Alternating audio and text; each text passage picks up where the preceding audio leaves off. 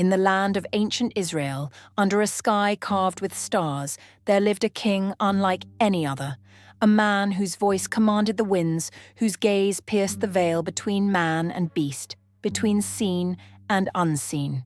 His name was Sulaiman, son of Dawood, the prophet, the king, the judge. But power, true power, is not what the eyes can see.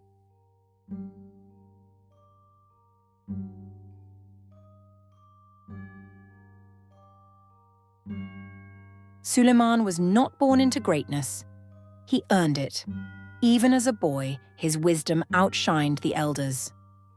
When his father, Prophet Dawood, faced a strange dispute between two women over a baby, it was Suleiman who said, "Bring a knife. Let's divide the child in two." One woman screamed in horror, "No, let her have him." The other stood silent.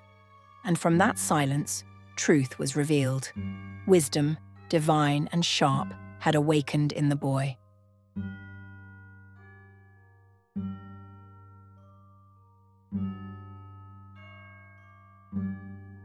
After the death of Dawood, Suleiman stood alone before his people, but not before God.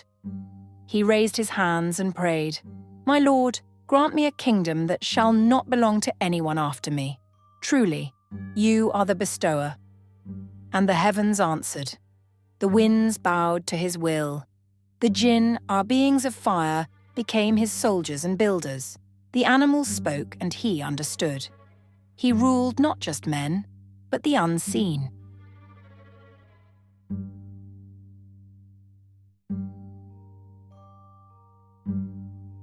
Once his vast army marched across the valley. Horses neighed, shields gleamed, and thunder shook the earth. But amid the dust, a voice echoed from below. "O ants, enter your homes lest Suleiman and his soldiers crush you without noticing." Suleiman heard. Yes, he heard an ant. He smiled, humbled by a creature so small, so wise. He bowed his head and whispered, "My lord, inspire me to be grateful for your blessings and to do good that pleases you." Even in power, his heart bowed in humility.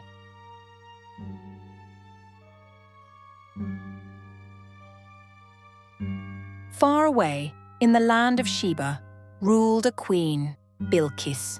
Her throne was legendary, her kingdom wealthy, and her people sun-worshippers. Suleiman sent her a letter. "In the name of Allah, the most merciful, do not exalt yourselves. Come to me in submission."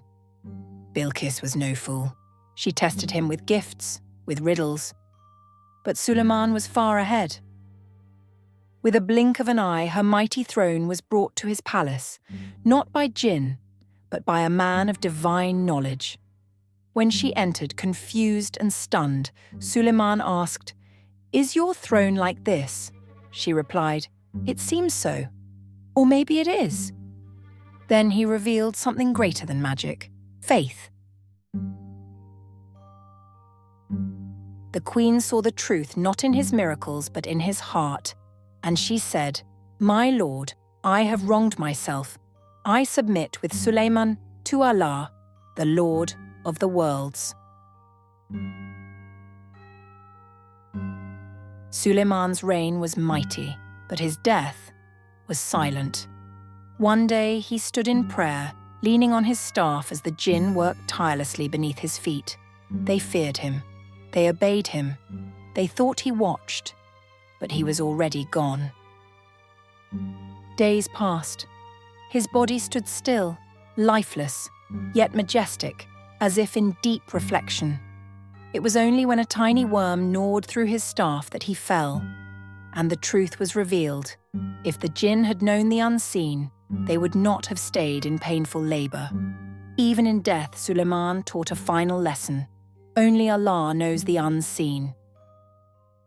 Today, the winds no longer carry his commands. The jinn no longer build his palaces.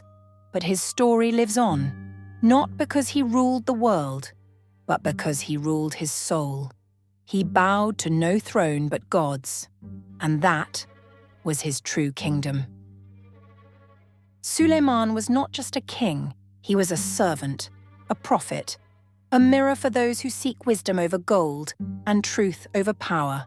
And in that mirror, maybe, we find ourselves. Lessons from the story of Prophet Suleiman, Solomon 1. True wisdom is a gift from God, not from age or experience, but from sincerity and faith. Like young Suleiman, who judged with insight beyond his years. 2. Power is not in what you control, but in how you humble yourself before the one who gave it. Despite his rule over men, jinn, animals, and nature, Suleiman always turned to Allah in gratitude. 3. Leadership requires justice, mercy, and humility. Suleiman listened even to the ants. He ruled, but he never stopped listening. 4.